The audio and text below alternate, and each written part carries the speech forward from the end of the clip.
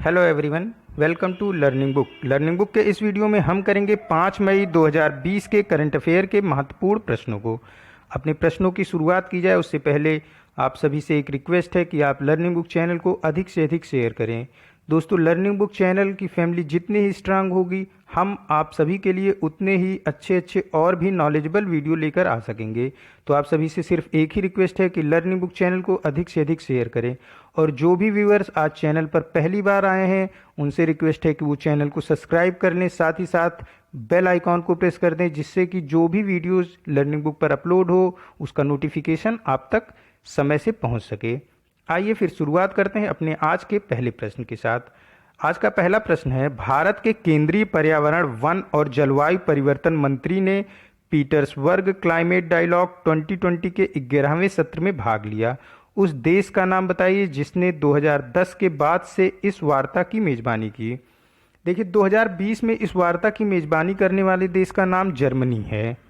यानी कि जर्मनी ने पीटर्सबर्ग क्लाइमेट डायलॉग 2020 की मेजबानी इस बार की। इससे पहले जर्मनी ने 2010 में इसकी मेजबानी की थी। इस बार का जो ये पीटर्सबर्ग क्लाइमेट डायलॉग हुआ, ये वर्चुअल हुआ क्योंकि सारे लोग एक साथ एकत्रित नहीं हो पाए। अभी कोविड-19 पैंडमिक की वजह से सारे देश के पर्यावरण मंत्री एक साथ एकत्रित नहीं हुए। इन लोगों ने वीडियो कॉन्फ्रेंसिंग के जरिए से ये वार्ता की और इसमें 30 देश, भारत के अलावा 30 अन्य देश के प्रतिनिधियों ने भी भाग लिया। कोविड-19 के बाद इकोनॉमी और समाज को पुनर्स्थापित करने के लिए चुनौतियों से निपटने के तरीके और संसाधनों पर इसमें चर्चा हुई। इस बैठक में यह भी चर्चा हुई कि कोविड-19 का टीका जब भी बने तो यह सस्ती कीमत पर पूरी दुनिया को उपलब्ध हो। पीटर्सबर्ग क्लाइमेट डायलॉग विश्व को एक उच्च स्तरीय मंच प्रदान करता है जो कि मुख्यतः जलवायु परिवर्तन और जलवायु की उन्नति पर केंद्रित है। यानी कि ये पूरा केंद्रित रहता है आपके एटमॉस्फेयर पे, जलवायु पे। लेकिन कोविड-19 के महामारी के दौरान इस पर कोविड-19 की भी चर्चा की गई और इस बार इसकी मेजबानी की थी जर्मनी ने। जर्मनी की राजधानी बर्लिन है और यहाँ की करेंसी यूरो है। नेक्स्ट क्वेश्चन है, भारत ने निम्नलिखित में से किस देश के लिए $150 मिलियन विदेशी मुद्रा विनिमय समर्थन को बढ़ाया है? भारत ने मालदीव के लिए $150 मिलियन विदेशी मुद्रा विनिमय समर्थन को बढ़ाया है। कोविड-19 ने इस समय पूरे देश और दुनिया में भयंकर तबाही मचाकर रखी है। ऐसे में भारत अपनी तरफ से विभिन्न देशों की मदद के लिए क्या कर रहा है? भारत आगे आ रहा है। इसी क्रम में भारत ने मालदीव को $150 मिलियन की विदेशी मुद्रा विनिमय सहायता प्रदान की है। यह सहायता दोनों देशों के बीच एक समझौता हुआ था जुलाई 2019 में, जिसमें $400 मिलियन की करेंसी एक्सचेंज का समझौता था। उसी समझौते के तहत भारत ने मालदीव को $150 मिलियन विदेशी मुद्रा विनिमय का समर्थन किया है। मालदीव की कैपिटल माले है, यहाँ की करेंसी रुपया है, यानी मालदीवियन रुपया है। यहाँ के प्रेसिडेंट इब्राहिम मोहम्मद सोलिह हैं। नेक्स्ट क्वेश्चन है, भारत सरकार ने देश में अंतर्राष्ट्रीय वित्तीय सेवा केंद्रों IFSCs में सभी वित्तीय सेवाओं को विनियमित करने के लिए अंतर्राष्ट्रीय वित्तीय सेवा केंद्र प्राधिकरण की स्थापना की है। IFSCA का मुख्यालय कहाँ पर स्थित है? देखिए, इसमें जो लास्ट में है IFSCA हो गया है, तो यहाँ पे ये A नहीं होगा, सिर्फ IFSC ही होगा। IFSC का मुख्यालय कहाँ पर स्थित है? IFSC का पहले फुल फॉर्म जान लेते हैं। इसका मुख्यालय गांधीनगर, गुजरात में स्थित है। इसका फुल फॉर्म क्या है? International financial service centre. देखिए, इसका प्रमुख कार्य क्या है? इंटरनेशनल फाइनेंशियल सर्विस सेंटर का प्रमुख कार्य क्या है? इसका प्रमुख कार्य है कि जैसे कोई व्यक्ति है जो विदेशों से व्यापार करना चाहता है, मतलब दूसरे देशों के साथ व्यापार करना चाह रहा है, तो क्या होगा? ये संस्था क्या करेगी? उनकी मदद कैसे करेगी? ये उस देश की, तो उस व्यक्ति को क्या चाहिए होगा? उस देश की करेंसी चाहिए होगी जिस देश के साथ वो व्यक्ति व्यापार करना चाह रहा है। ऐसे में ये संस्था जो है ये व्यक्ति की सारी संपत्तियों के बदले में उसे उस देश की करेंसी को उपलब्ध कराएगी। जैसे सरकारी प्रतिभूति देखा होगा आप लोगों ने कि केसीसी किसान विकास पत्र होता है, किसान विकास पत्र। किसान विकास पत्र पे जितना रुपए लिखा होता है, जैसे 5,000 रुपये लिखा हुआ है तो वो उसका मूल्य 5,000 ही होता है, तो इसे सरकारी प्रतिभूतियां कहते हैं। जमा, बीमा और कोई अन्य भी वित्तीय सेवा को एक्सचेंज कर सकेगा। अब ये व्यक्ति इन सबके बदले उस देश की करेंसी को इस संस्था से ले सकेगा, और जब व्यक्ति विदेश से व्यापार को समाप्त कर लेगा और अपने देश वापस उस व्यापार को ले आएगा, मतलब कि जैसे व्यापार कर रहा है वहाँ से, तो अपने देश में जब आएगा तो वो करेंसी एक्सचेंज करके अपने देश की करेंसी में बदल सकता है। साथ ही साथ जो उसकी सरकारी प्रतिभूतियाँ, बीमा इत्यादि को बंधक बना लिया गया था इस संस्था द्वारा, उसे भी मुक्त कर दिया जाएगा। इस प्रकार ये क्या करेगी कि लोगों को विदेशों की मुद्रा को आसानी से उपलब्ध कराएगी। उनके सरकारी प्रतिभूति, बीमा में क्या है, आप पैसा जमा किए हुए वो आईएफएससी यानी कि इंटरनेशनल फाइनेंशियल सर्विस द्वारा ले लिया जाएगा बीमा का पेपर। अब वो उसके अंडर में रहेगा और उस बीमा के बदले उस मूल्य का आपको करेंसी दे दी जाएगी उस देश की जिस देश के साथ आप व्यापार करना चाहते हैं। तो इस तरह ये क्या करेगा, आईएफएससी एक वैश्विक वित्तीय केंद्र बन जाएगा। और ये पहले क्या मुंबई में इसका हेडक्वार्टर बनने वाला था, लेकिन फिर इसे गवर्नमेंट ने ट्रांसफ़र करके गांधीनगर गुजरात में कर दिया। आईएफएससी का मुख्यालय कहाँ पर है, गांधीनगर गुजरात में है। तो अब आपको समझ में आया होगा कि आईएफएससी का क्या कार्य होगा। ये सीधे सीधे ये सोचिए कि ये चीज़ों को, मतलब सरकारी प्रतिभूतियों को, बीमा को या फिर कोई भी जमा पूंजी को लेकर के उसके बदले में उतने मूल्य की विदेशी करेंसी आपको प्रोवाइड करा सकता है। ये इसका काम होगा। इसका फुल फॉर्म क्या है, इंटरनेशनल फाइनेंशियल सर्विस सेंटर। मुख्यालय इसका कहाँ पे है, गांधीनगर गुजरात में। नेक्स्ट क्वेश्चन है, किस भारतीय संस्थान के वैज्ञानिकों ने एक एल्जाइमर अवरोधक बेर-डी विकसित किया है। बेर-डी विकसित किया है जवाहरलाल नेहरू केंद्र या उन्नत वैज्ञानिक अनुसंधान ने। ये कहाँ पे है, ये बेंगलुरु कर्नाटका में स्थित है। बेर-डी क्या है, बेर-डी एक एल्जाइमर अवरोधक है, मतलब कि एल्जाइमर को रोकता है। अब ये एल्जाइमर क्या है, एल्जाइमर एक तरीके की मानसिक रोग है। ये जो व्यक्तियों को, जब व्यक्ति ज़्यादा उम्र का हो जाता है, सामान्यतः तभी होता है। वृद्धावस्था के दौरान क्या होता है कि लोगों की याददाश्त कमज़ोर हो जाती है और ये भूलने लग जाते हैं और इनके अंदर चिड़चिड़ापन आ जाता है। यही सब एल्जाइमर के कैरेक्टर होते हैं। भूलने की आदत हो जाए, बार बार हर चीज़ को भूल जाता है इंसान, तो ये कभी कभी खतरनाक रूप भी ले लेता है कि जो है कोई ज़रूरी काम करते समय इंसान भूल जाता है, तो फिर ये खतरनाक रूप भी ले सकता है। तो भूलने की आदत जो होती है ये वृद्ध लोगों में ज़्यादा होती है, इसी को एल्जाइमर कहते हैं। इसमें याददाश्त कमज़ोर हो जाती है। तो एल्जाइमर को रोकने के लिए एक अवरोध को विकसित किया है कि एल्जाइमर ना हो, उसके लिए जवाहरलाल नेहरू केंद्र उन्नत वैज्ञानिक अनुसंधान बेंगलुरु द्वारा एक अवरोध को बनाया गया है जिसका नाम क्या है, बेर-डी। बेर-डी एक एल्जाइमर अवरोधक है, उसी का नाम है, एल्जाइमर अवरोधक का नाम बेर-डी है। क्या है ये, बारबेटिन एक हल्दी के समान ही प्राकृतिक उत्पाद है। जैसे हल्दी होती है वैसे ही एक प्राकृतिक उत्पाद का नाम है बारबेटिन, जिससे कि बेर-डी को निकाला गया है। बेर-डी को वैज्ञानिक प्रोफेसर टी गोविंद राजू के नेतृत्व वाली टीम ने निकाला है। बेर-डी को किसने विकसित किया, जवाहरलाल नेहरू उन्नत वैज्ञानिक अनुसंधान बेंगलुरु कर्नाटका द्वारा ये विकसित किया गया है। ये क्या है, ये एल्जाइमर अवरोधक है। नेक्स्ट क्वेश्चन, किस ऐप के साथ माईजीओवी ने कोविड-19 महामारी के प्रसार के खिलाफ केंद्र सरकार का समर्थन करने के लिए भागीदारी की है। ये ऐप है वीमेट। वीमेट एक वीडियो ऐप है। इसमें क्या होता है कि छोटे छोटे वीडियोस को अपलोड किया जाता है, यानी कि लघु वीडियो को अपलोड किया जाता है। वीमेट ने माईजीओवी के साथ कोविड-19 महामारी के प्रसार के खिलाफ सरकार को समर्थन देने के लिए एक समझौता किया है, एक साझेदारी की है। माईजीओवी जब 2014 में मोदी गवर्नमेंट बनी थी तो इसने माई जीओवी को बनाया था, जो कि आम जनता और सरकार के बीच एक ब्रिज का कार्य करती है। तो माई जीओवी ने वीमेट से कोविड-19 महामारी के प्रसार के खिलाफ केंद्र सरकार के समर्थन के लिए भागीदारी की है। तो ऑप्शन ए इसका करेक्ट हो जाएगा, वीमेट। उस क्षुद्र ग्रह का नाम बताइए जो नासा के अनुसार 29 अप्रैल को पृथ्वी के समीप से गुजरा।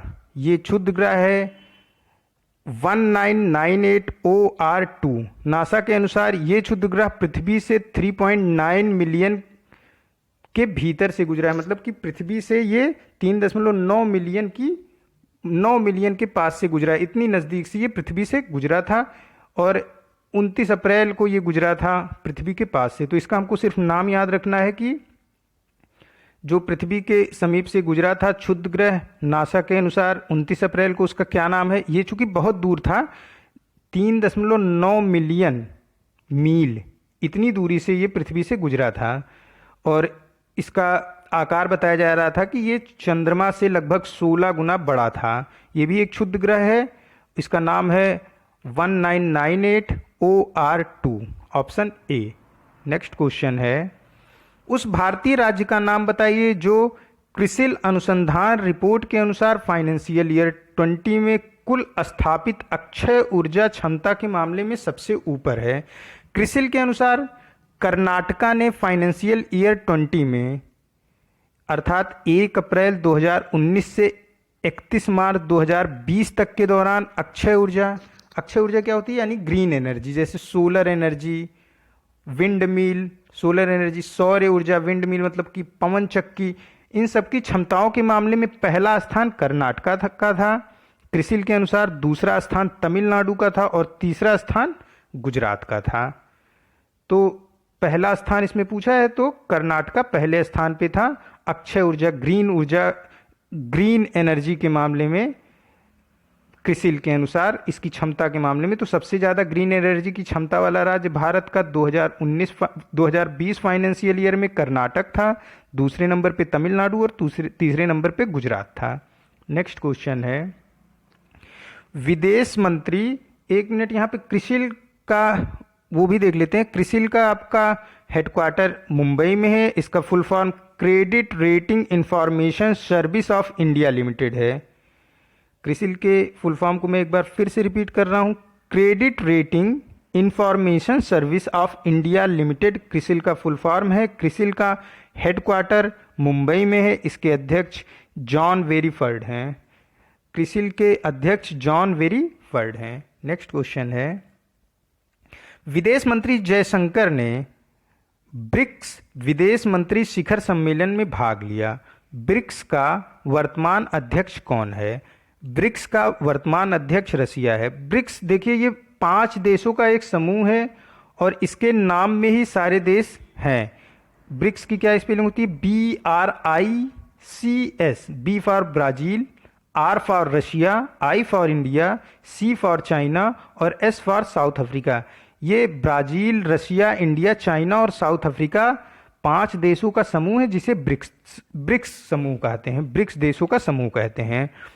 ये शिखर सम्मेलन जो हुआ इसमें इन 5 देशों के विदेश मंत्रियों ने हिस्सा लिया। ये शिखर सम्मेलन वीडियो कॉन्फ्रेंसिंग के माध्यम से हुई। इसमें सभी ब्रिक्स देशों के वित्त मंत्रियों ने भाग लिया था। वीडियो कॉन्फ्रेंसिंग शिखर सम्मेलन का शुभारंभ रूस के विदेश मंत्री सरगई लावरोव द्वारा किया गया था। भारत की ओर से हमारे विदेश मंत्री एस जयशंकर प्रसाद ने इसमें भाग लिया था। तो क्वेश्चन था ब्रिक्स का वर्तमान अध्यक्ष कौन है। ब्रिक्स का वर्तमान अध्यक्ष 2020 के लिए जो ब्रिक्स का अध्यक्ष है वो है रशिया यानी कि रूस, ऑप्शन बी। नेक्स्ट क्वेश्चन है, कर्नाटक के जे अरुण कुमार को किस देश के राष्ट्रीय पुरुष क्रिकेट टीम के मुख्य कोच के रूप में नियुक्त किया गया है। जे अरुण कुमार जो कि कर्नाटक के हैं, इनको USA United state of America के क्रिकेट टीम के कोच के रूप में नियुक्त किया गया है। जे अरुण कुमार ने कई वर्षों तक कर्नाटक की टीम के लिए कोच का काम किया, बल्लेबाजी कोच का काम किया और इन्होंने IPL में किंग्स 11 पंजाब के लिए भी बल्लेबाजी कोच की भूमिका निभाई थी। हालांकि जे अरुण कुमार ने कोई भारत के लिए कोई इंटरनेशनल मैच नहीं खेला है, और यह इनकी पहली अंतर्राष्ट्रीय भूमिका होगी। इन्होंने प्रथम श्रेणी का क्रिकेट तो खेला है, लेकिन कभी भी ये इंडिया के लिए नहीं खेले हैं। यूएसए क्रिकेट एसोसिएशन का जो हेडक्वार्टर है वो कोलोराडो यूएसए में है। कोलोराडो यूएसए में एक जगह का नाम है, यहीं पे यूएसए क्रिकेट एसोसिएशन का यानी कि यूनाइटेड स्टेट अमेरिका के क्रिकेट एसोसिएशन का हेडक्वार्टर कोलोराडो यूएसए में है। इसके CEO chief executive officer Ian Hingis हैं। तो जे अरुण कुमार जो कि कर्नाटका के हैं, इन्हें यूएसए का मुख्य कोच नियुक्त किया गया है। नेक्स्ट क्वेश्चन है, उस राज्य का नाम बताइए जिसने छात्रों के लिए जगन्ना विद्या दिवेना नाम से शुल्क प्रतिपूर्ति योजना शुरू की है। जगन्ना विद्या दिवेना नाम से शुल्क प्रतिपूर्ति योजना आंध्र प्रदेश सरकार द्वारा शुरू की गई है। आंध्र प्रदेश के मुख्यमंत्री जगन मोहन रेड्डी हैं। ये तेलुगु देशम पार्टी के से संबंधित हैं, यानी कि तेलुगु देशम पार्टी की सरकार आंध्र प्रदेश में है। क्या है ये जगन्ना विद्या दिवेने? जगन्ना विद्या दिवेने योजना एक शुल्क प्रतिपूर्ति योजना है। इसके अंतर्गत उन छात्रों को सहायता प्रदान किया जाएगा जो पढ़ाई करना चाहते हैं परंतु आर्थिक रूप से कमजोर हैं। इसके अंतर्गत छात्रों का पढ़ाई का शुल्क, छात्रावास का शुल्क, मेस का शुल्क सभी कुछ इस जगन्ना विद्या दिवेने शुल्क प्रतिपूर्ति योजना में सम्मिलित है। छात्रावास शुल्क, मेस शुल्क, पढ़ाई का शुल्क यानी कि ट्यूशन फीस सभी कुछ इसमें सम्मिलित है। आंध्र प्रदेश की राजधानी अमरावती है। नेक्स्ट क्वेश्चन है, किस राज्य ने कोविड-19 से लड़ने के लिए लोगों की प्रतिरक्षक प्रणाली को बढ़ावा देने के लिए जीवन अमृत योजना शुरू की है? जीवन अमृत योजना शुरू करने वाला राज्य मध्य प्रदेश है। इस योजना के अंतर्गत लोगों की इम्यून सिस्टम यानी कि प्रतिरोधक क्षमता को बढ़ाने के लिए त्रिकुट चूर्ण का वितरण किया जाएगा। त्रिकुट चूर्ण क्या है? देखिए, त्रिकुट चूर्ण में 3 चीज़ों को मिक्स करके बनाया जाएगा। एक काली मिर्च, दूसरी अदरक और तीसरा दालचीनी। इन तीनों को मिक्स करके कूट दिया जाएगा, यानी कि पीस दिया जाएगा उसे। त्रिकुट, तीनों चीज़ों को कूट देना या पीस देना ही त्रिकुट चूर्ण है। काली मिर्च, अदरक और दालचीनी। और गवर्नमेंट का क्या है कि इसको 1 करोड़ लोगों को, 1 करोड़ परिवार को बांटने का लक्ष्य है। और इससे ये है कि इसका काढ़ा पीने से लोगों की इम्यूनिटी मजबूत होगी। अभी कोविड-19 से लड़ने के लिए अगर इम्यूनिटी मजबूत है तो इसकी कोविड-19 उतना इफेक्ट नहीं डाल पा रहा है लोगों के ऊपर जिनकी इम्यूनिटी मजबूत है उनके ऊपर। तो इसीलिए एमपी सरकार ने, मध्य प्रदेश सरकार ने जीवन अमृत योजना शुरू की है जिसमें त्रिकुट चूर्ण का वितरण किया जाएगा। 1 करोड़ परिवार को वितरण करने का इनका लक्ष्य है। मध्य प्रदेश के मुख्यमंत्री शिवराज सिंह चौहान है और यहाँ की राजधानी भोपाल है तथा यहाँ के राज्यपाल आपके लालजी टंडन। नेक्स्ट क्वेश्चन है, निम्नलिखित में से कौन सी दुनिया की पहली एयरलाइंस है जो अपने यात्रियों के लिए तेजी से कोरोना वायरस का रक्त परीक्षण कर रही है? तेजी से कोरोना वायरस रक्त परीक्षण करने वाली दुनिया की पहली एयरलाइंस एमिरेट्स एयरवेज है। एमिरेट्स एयरवेज यूएई की एयरलाइंस है। यूएई यानी कि यूनाइटेड अरब अमीरात की राजधानी दुबई है। तो ऑप्शन बी इसका करेक्ट हो जाएगा कि एमिरेट्स एयरवेज दुनिया की पहली एयरलाइंस है जो यात्रियों के लिए कोरोना वायरस का रक्त परीक्षण कर रही है। नेक्स्ट क्वेश्चन है, एशिया विकास बैंक ने किस राज्य को ग्रामीण क्षेत्रों में बेहतर बिजली कनेक्शन प्रदान करने के लिए 346 यूएसडी ऋण प्रदान करने की मंजूरी दी है? महाराष्ट्र को एशिया विकास बैंक ने 346 यूएस डॉलर का ऋण दिया है ग्रामीण क्षेत्रों में बेहतर बिजली प्रदान करने के लिए। एशिया विकास बैंक का मुख्यालय मनीला, फिलीपींस में है। नेक्स्ट क्वेश्चन, मूडी द्वारा जारी ग्लोबल मैक्रो आउटलुक 2020-21 के अनुसार कैलेंडर वर्ष 2020-21 के जीडीपी पूर्वानुमान क्या होगा? जीडीपी का पूर्वानुमान जो मूडी द्वारा जारी किया गया है ये है 0.2%। ये अभी तक का इंडिया के लिए सबसे कम जीडीपी का अनुमान है। इससे पहले फिच ने 0.8 का पूर्वानुमान लगाया था। जबकि मूडी ने भारत की जीडीपी जो 2020-21 की होगी उसके लिए 6.2% का पूर्वानुमान लगाया है, जबकि 2020-21 के लिए मूडी द्वारा जो अनुमान लगाया गया है, जो कि क्वेश्चन में पूछा गया है, ये है 0.2%, जो अब तक का सबसे कम अनुमान किसी भी संस्था द्वारा है। नेक्स्ट क्वेश्चन है, क्रेडिट रेटिंग एजेंसी क्रिसिल ने फाइनेंशियल ईयर 2021 के लिए भारत की आर्थिक विकास दर को घटाकर कितने प्रतिशत कर दिया है? पहले क्रिसिल ने भारत के लिए जो लगाया था अनुमान वो था 3.5% का, और अभी इसे घटाकर 1.8% कर दिया गया है। जितने भी जीडीपी में ट्रिम हो रहे हैं, जितनी भी घटाए जा रहे हैं जीडीपी, उन सब का वजह इस समय कोविड-19 पैंडमिक यानी कि कोविड-19 महामारी है। इसी की वजह से सारे देशों की जीडीपी कम हो रही है, और क्रिसिल जो है पहले इसने भारत की आर्थिक विकास दर को 3.5 आंका था, जबकि अभी ये घटाकर 1.8 कर दिया गया है। ऑप्शन सी इसका करेक्ट होगा। नेक्स्ट क्वेश्चन है, उस पूर्व वित्त सचिव का नाम बताइए जिसे 3 साल के लिए सार्वजनिक उद्यम चयन बोर्ड का अध्यक्ष नियुक्त किया गया है। सार्वजनिक उद्यम चयन बोर्ड यानी कि public enterprises selection board, PESB, public enterprises selection board का अध्यक्ष नियुक्त किया गया है राजीव कुमार को, जो कि पूर्व वित्त सचिव हैं।